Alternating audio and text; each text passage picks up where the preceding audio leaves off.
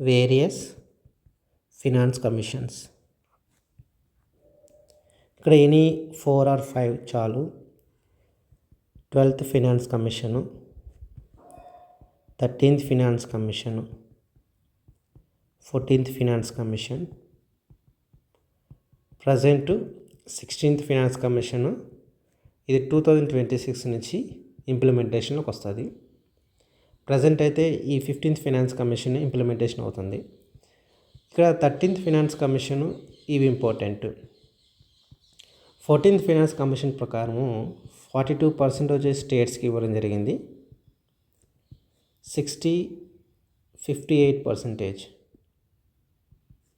వచ్చి union government.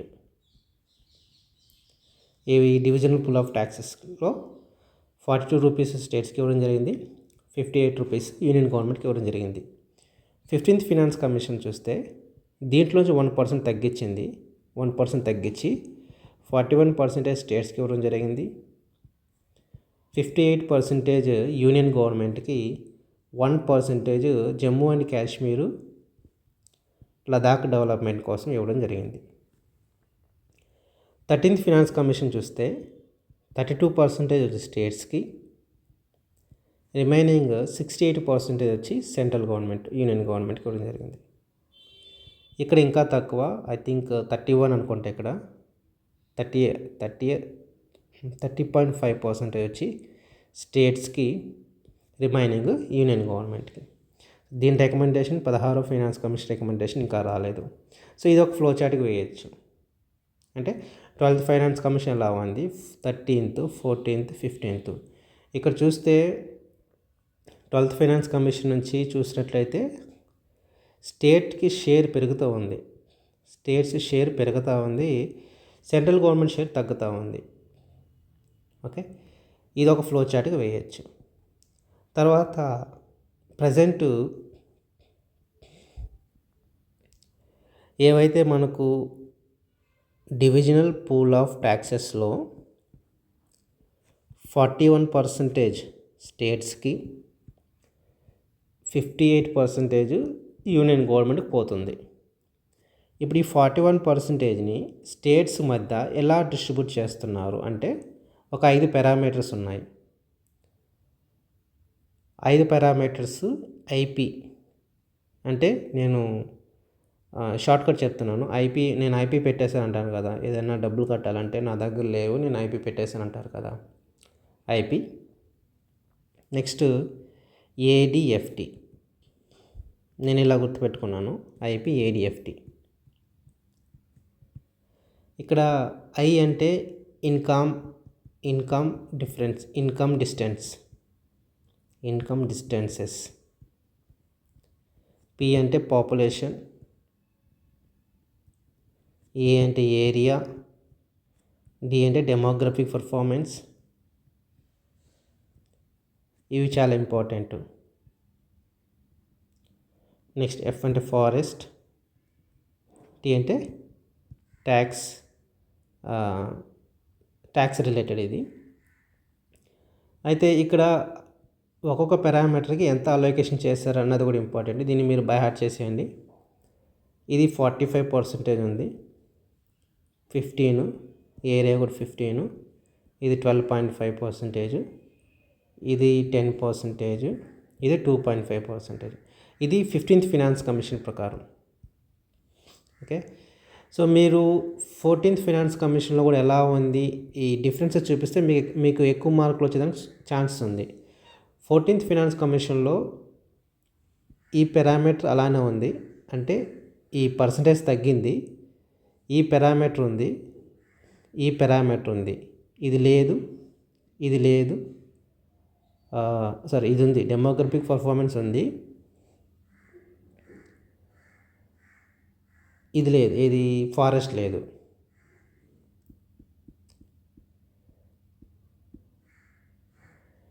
ఇది ఉంది, ఇవి రెండు కొత్తగా యాడ్ చేసినట్టు అన్నమాట. ఓకే, సో ఇక్కడ ఈ కంపోజిషన్ అంటే ఎంత అలొకేషన్ చేస్తారో అది కూడా రాయగలిగితే మీకు ఎక్కువ స్కోర్ వచ్చేదానికి ఛాన్స్ ఉంది. ఇది 55, ఇది 15 ఉంది కదా పాపులేషను, ఇది ఇంతకుముందు 27.5% ఉండేది, ఏరియా వస్తే నీకు 15%, ఇది 7.5%. ఇది వచ్చి as for 14th finance commission allocations. Okay, 14th finance commission allocations, 15th finance commission allocations. ఇవి మీరు ఒక ఫ్లో చార్ట్ రూపంలో చూపిస్తే మీకు ఎక్కువ మార్క్స్ వచ్చేదానికి ఛాన్సెస్ ఉంటాయి. Next different types of financial resources చూద్దాం. ఫినాన్షియల్ రిసోర్సెస్ ఏమేమి ఫినాన్షియల్ రిసోర్సెస్ ఉన్నాయో చూద్దాం. First constitutionary or statutory funds అందాం. Statutory funds. Next temporary funds.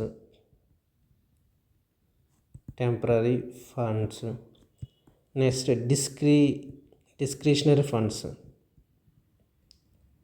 Discretionary funds. తర్వాత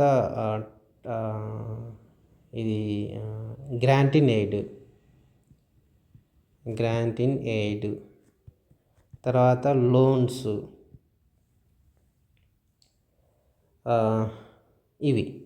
ఇవి different types of resources.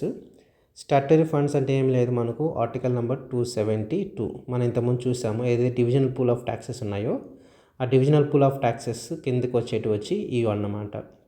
Okay, next temporary funds వచ్చి article number 273. ఇది only for jute products అండి. మనకు కాన్స్టిట్యూషన్ అమల్లోకి వచ్చాక కొన్ని ఇయర్స్ పాటు ఇది ఇచ్చారు. ఈ డిస్క్రిమినేషన్ ఫండ్స్ చాలా ఇంపార్టెంట్. ఇది ఆర్టికల్ నెంబర్ 282. సో దీని ప్రకారం ఏంటంటే మనకి ఏదైతే స్టేట్స్ ఉన్నాయి అలాగే సెంట్రల్ గవర్నమెంట్ ఉంది. ఇప్పుడు సెంట్రల్ గవర్నమెంట్కి ఏదైనా ఒక స్టేట్ మీద ఒక సాఫ్ట్ కార్నర్ ఉందనుకోండి, ఎక్కువ అలొకేషన్స్ ఆ స్టేట్స్కి ఇస్తుంది. ఫర్ ఎగ్జాంపుల్ ఇప్పుడు బీహార్ ఉంది, అలాగే మధ్యప్రదేశ్ ఉంది, అలాగే మహారాష్ట్ర ఉంది. సెంట్రల్ గవర్నమెంట్లో ఉన్న మనీని ఈ స్టేట్స్కి ఎక్కువ ఇవ్వచ్చు. సో ఏపీకి, తమిళనాడుకి, కర్ణాటకకి తక్కువ ఇవ్వచ్చు. సో అలా తక్కువ ఇస్తున్నారా కదని ఈ స్టేట్లు అడగలేవు, ఎందుకంటే ఇది డిస్క్రిషనరీ పవర్ ఉంది ఎవరికి, సెంట్రల్ గవర్నమెంట్కి. సో సెంట్రల్ గవర్నమెంట్ ఏవైతే డిస్క్రిషనరీ ఫండ్స్ ఉన్నాయో వాటికి ఇష్టం వచ్చిన స్టేట్లకి ఇవ్వచ్చు. ఓకే, ప్రతి స్టేట్కి ఇంత ఇవ్వాలి అన్నది లేదు. సో ఏదైతే స్టాట్యుటరీ ఫండ్స్ ఉన్నాయో దాంట్లో చూసినట్లయితే ప్రతి స్టేట్కి ఇంత ఇవ్వాలని ఉంటుంది. కానీ డిస్క్రిషనరీ ఫండ్స్లో ఒక స్టేట్కి ఎక్కువ ఇవ్వచ్చు, ఒక స్టేట్కి తక్కువ ఇవ్వచ్చు, ఇంకో స్టేట్కి 0 ఇవ్వచ్చు. నెక్స్ట్ గ్రాంట్ ఇన్ ఎయిడ్, లోన్కి difference.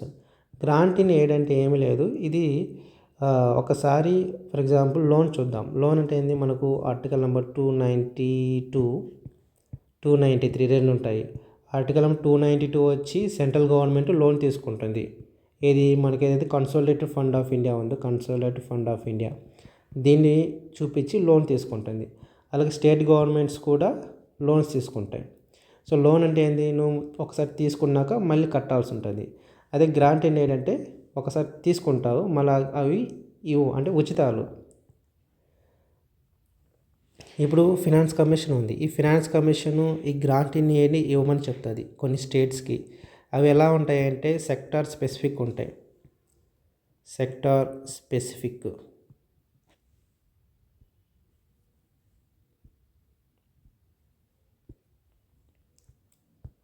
Grant in aid, finance commission ఇవి సెక్టార్ స్పెసిఫిక్ ఉంటాయి,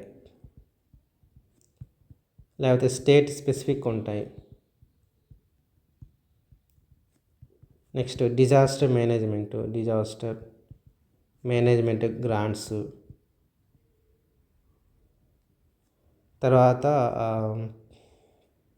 లోకల్ గవర్నమెంట్ డెవలప్మెంట్ కోసం గ్రాంట్స్. వీటన్నిటిని కూడా ఈ మన ఫినాన్స్ కమిషన్ రికమెండేషన్ చేస్తుంది.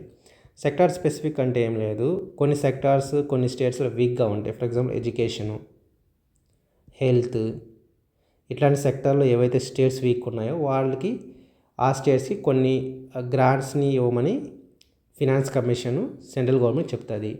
స్టేట్ స్పెసిఫిక్ గ్రాంట్స్ అంటే ఏం లేదు, కొన్ని స్టేట్స్ బ్యాక్వర్డ్ స్టేట్స్ ఉంటాయి. ఫర్ ఎగ్జాంపుల్ బీమారు స్టేట్స్ ఉంటాయి, బీమార్ అంటే బీహారు, మధ్యప్రదేశ్, రాజస్థాన్, ఉత్తరప్రదేశ్ ఈ స్టేట్స్కి ఎక్కువ అలొకేషన్ చేయమని ఫినాన్స్ కమిషన్ చెప్పొచ్చు. Next disaster management. కొన్ని స్టేట్స్ డిజాస్టర్కి చాలా ప్రోన్గా ఉంటాయి. ఫర్ ఎగ్జాంపుల్ కేరళ, ఉత్తరాఖండ్ ఈ స్టేట్స్ ఇక్కడ డిజాస్టర్స్ బాగా జరుగుతుంటాయి కాబట్టి ఆ డిజాస్టర్స్ని ఫేస్ చేయడం కోసము గ్రాంట్స్ రిలీజ్ చేయమని ఫినాన్స్ కమిషన్ రికమెండ్ చేయొచ్చు. Next local government grants. So local governments మనకు 11th షెడ్యూల్, 12th షెడ్యూల్లో చూసినట్లయితే కొన్ని డ్యూటీస్ ఫంక్షన్స్ ఉంటాయి. ఆ ఫంక్షన్స్ అచీవ్ చేయాలంటే కొంత ఫైనాన్షియల్ రిసోర్సెస్ అవసరం అవుతాయి. ఆ ఫైనాన్షియల్ రిసోర్సెస్ ఇచ్చినట్లయితే ఆ పర్టికులర్ లోకల్ గవర్నమెంట్ అనేది బాగా పర్ఫామ్ చేస్తుంది కాబట్టి ఇవన్నీ కూడా ఏంటంటే grant in aid. So grant in aid అంటే ఏం లేదండి, ఇది మామూలుగా అంటే ఇది కూడా కైండ్ ఆఫ్ లోనే, కానీ no need to pay back. ఇది ఫినాన్స్ కమిషన్ గురించి. ఇప్పుడు ఈ ఫినాన్స్ కమిషన్లో ఈ ఫ్లో చార్ట్స్ అన్నీ కానీ వేసినట్లయితే మీకు ఒక పాజిటివ్ ఇంపాక్ట్ ఉంటుంది.